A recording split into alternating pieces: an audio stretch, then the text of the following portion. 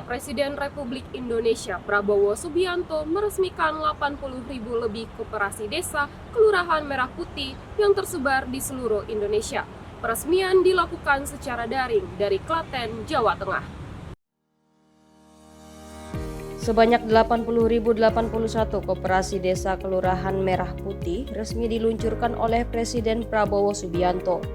Program ini merupakan bagian dari langkah strategis pemerintah untuk memperkuat ekonomi kerakyatan hingga ke lapisan terbawah di desa dan kelurahan. Peresmian digelar secara daring dari Klaten, Jawa Tengah dan terhubung serentak dengan seluruh koperasi di tanah air. Menariknya, 2 koperasi di Nusa Tenggara Timur dipilih sebagai model nasional, masing-masing berada di Desa Penfui Timur, Kabupaten Kupang, dan di salah satu desa di Kabupaten Belu.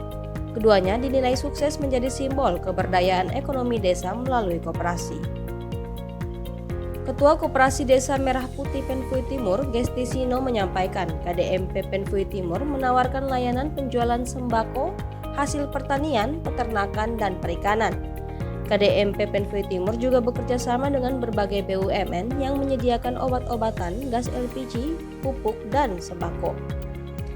Ia berharap petani yang panen overproduksi bisa disimpan di cold storage dan dipasarkan untuk kebutuhan hotel dan masyarakat.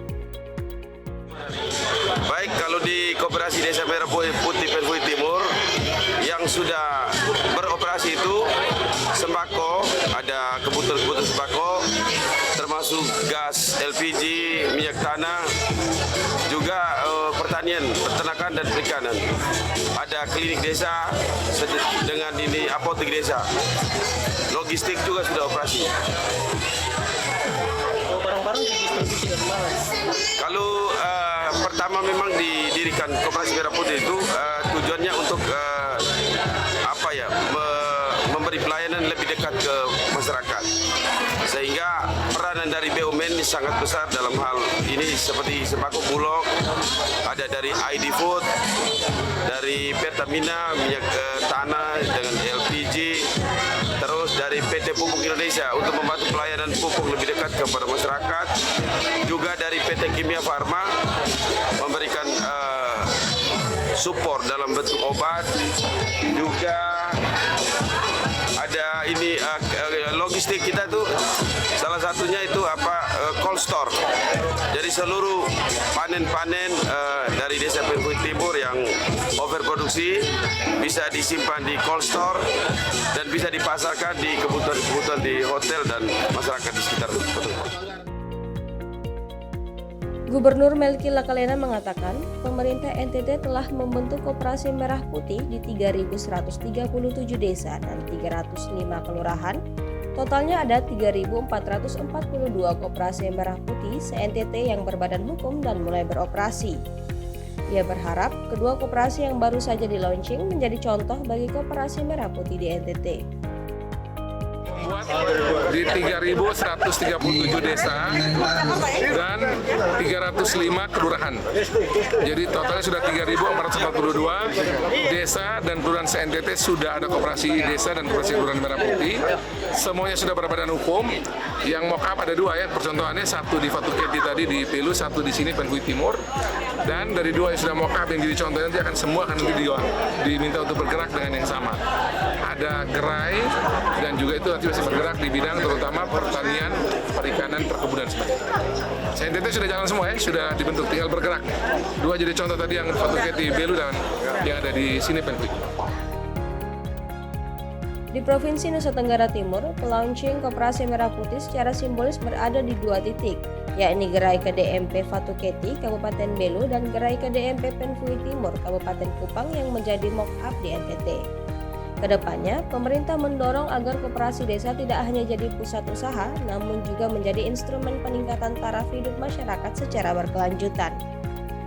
Dari Kupang, Tim Liputan Timur TV melaporkan. Memperingati Hari Anak Nasional 2025 dengan tema Anak Hebat Indonesia Kuat menuju Indonesia Emas 2045 yang dihadiri oleh Wali Kota Kupang dan Forum Anak Kota Kupang. Kegiatan ini digelar di kantor Wali Kota Kupang pada Rabu 23 Juli 2025. Memperingati Hari Anak Nasional 2025, seluruh forum konferensi anak daerah di Kota Kupang mengadakan kegiatan puncak di lantai 1 kantor Wali Kota Kupang, Nusa Tenggara Timur. Puluhan anak sekolah dasar Kota Kupang ikut andil dalam kegiatan Hari Anak Nasional 2025. Kegiatan ini juga diisi dengan tarian Atambua Malaka dari Sekolah Dasar Liliba, Kota Kupang. Wali Kota Kupang, Christian Widodo, menyampaikan, anak-anak adalah generasi yang paling berharga karena dalam membangun sebuah kota tidak hanya dilihat dari gedung-gedung mewah, namun dilihat pendidikan anak-anak.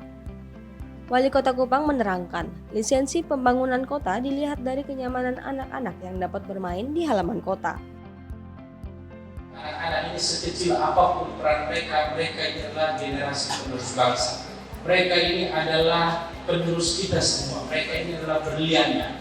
Jadi Bapak Ibu sekalian, membangun sebuah kota itu ini saya bilang di mana-mana, bukan hanya soal membangun gedung-gedung tinggi, jalan-jalan yang mewah, kantor-kantor yang megah, bukan hanya itu. Membangun sebuah kota juga berarti menghadirkan pendidikan yang baik untuk anak-anak, kesehatan yang baik untuk anak-anak. Apakah anak-anak itu sudah bisa bermain di taman-taman kota dengan nyaman? Apakah anak-anak itu bisa berjalan-jalan di trotoar, jalan-jalan dengan baik? Itu juga esensi membangun sebuah kota.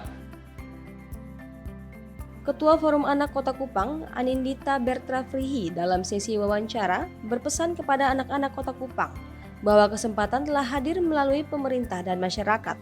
Oleh karena itu, gunakan kesempatan ini untuk meraih kesuksesan dan jadikan diri kita sebagai pelapor dan pelopor untuk Indonesia Emas 2045. Tapi satu hal yang beta mau bilang di teman-teman semua di Kota Kupang, bahwa kita diberikan kesempatan yang sangat luar biasa oleh pemerintah Kota Kupang dan masyarakat, terutama dalam pemenuhan hak anak. Maka dari itu saya mau teman-teman semua untuk semangat terus dan tetap menjadi pelapor dan pelopor bagi anak-anak di sekitar kita. Kegiatan ini berlangsung meriah. Anak-anak secara langsung memimpin acara pembukaan hingga penutup. Kegiatan ini dilakukan guna melihat bakat dan kemampuan anak-anak dari Kupang untuk Indonesia Emas 2045. Dari Kupang, Tim Timur TV melaporkan. Pemirsa, Sunday Market buat orang Kupang atau yang dikenal dengan sebutan Saboak kini menjadi salah satu pusat pertumbuhan ekonomi baru di Kota Kupang. Antusiasme masyarakat tinggi, baik sebagai pengunjung maupun pelaku usaha mikro, kecil, dan menengah. Berbagai stan UMKM dan wisata kuliner mewarnai gelaran Saboak yang rutin digelar setiap hari Sabtu dan Minggu di Taman Nostalgia Kota Kupang. Konsep pasar rakyat yang dibangun dengan semangat komunitas ini kini menjadi magnet baru bagi masyarakat untuk berkumpul, berbelanja, dan menikmati hiburan lokal. Saboak menjadi ruang terbuka bagi UMKM lokal untuk promosi produk dan meningkatkan omset penjualan. Sangat bersyukur UMKM karena apa dilibatkan untuk menjual. Jadi kami berterima kasih kepada Pak Wali Kota dan Ibu Wali Kota yang mengadakan kegiatan ini. Kami sangat bersyukur karena selama ini kami tidak ada Tak hanya pedagang, para pengunjung juga mengaku senang dengan adanya Saboak yang memberikan alternatif wisata belanja dan kuliner.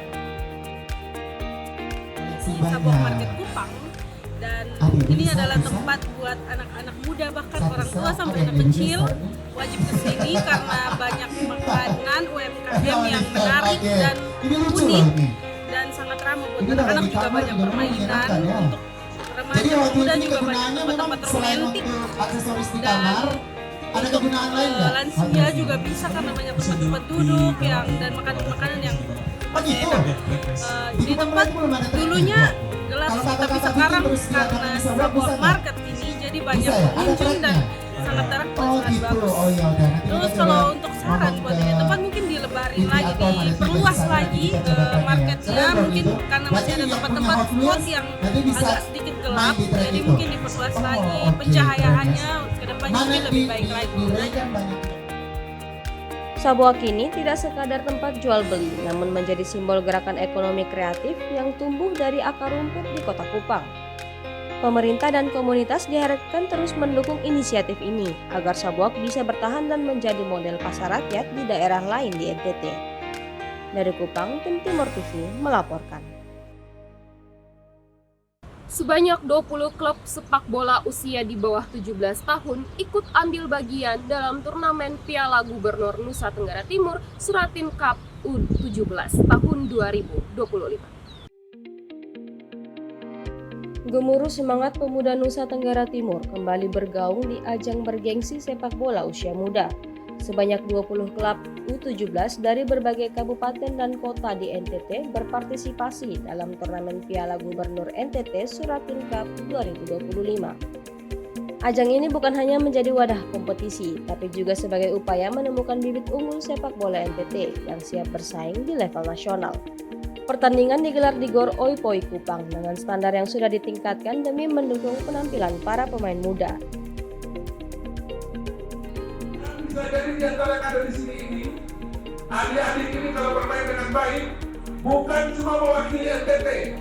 Ada banyak mata yang memandang, bisa masuk di tim-tim yang bagus di tingkat nasional, bahkan bisa tingkat nasional. Tepuk tangan buat semua adik-adik semua di sini. Kompetisi ini bukan sekedar nanti mencari siapa juara, bukan sekedar nanti akan menjadi wakil-wakil yang akan mewakili NTT di tim daerah provinsi NTT di PON dan seterusnya. Tapi ini adalah tempat di mana adik-adik bisa bermain dengan hebat, nanti bisa kelihatan siapa yang bagus, bisa direkrut oleh tim-tim yang ada di Indonesia ini, bahkan bisa ke tingkat internasional. Piala Gubernur NTT Suratin Cup ini juga menjadi ajang pemantauan bakat oleh pengurus PSSI dan akademisi sepak bola untuk seleksi tingkat nasional. Turnamen ini diharapkan menjadi tonggak kebangkitan sepak bola NTT serta melahirkan generasi emas yang mampu mengharumkan nama daerah di kancah nasional maupun internasional. Dari Kupang, tim liputan Timur TV melaporkan. Masjid Agung Al-Baitul Qadim jadi saksi sejarah perjuangan umat muslim di Tanah Timur. Berikut informasi selengkapnya akan hadir sesaat lagi. Tetaplah bersama kami.